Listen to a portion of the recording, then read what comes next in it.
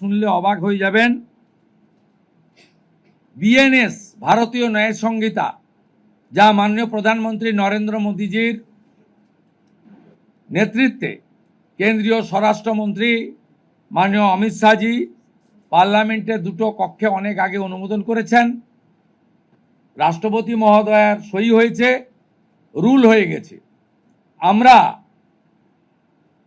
আশ্চর্য হয়ে গেছি যে এখানে বিএনএস কার্যকর করা হয়নি, অর্থাৎ অত্যন্ত অবৈধভাবে সংবিধানকে বৃদ্ধাঙ্গুষ্ঠ দেখিয়ে আগের সিআরপিসি আইপিসি চলছিল। আজ থেকে বিএনএস এর যুক্ত হলো পশ্চিমবঙ্গ সংবিধান মেনে। আগের সিআরপিসি আইপিসি এই আইন আর থাকলো না।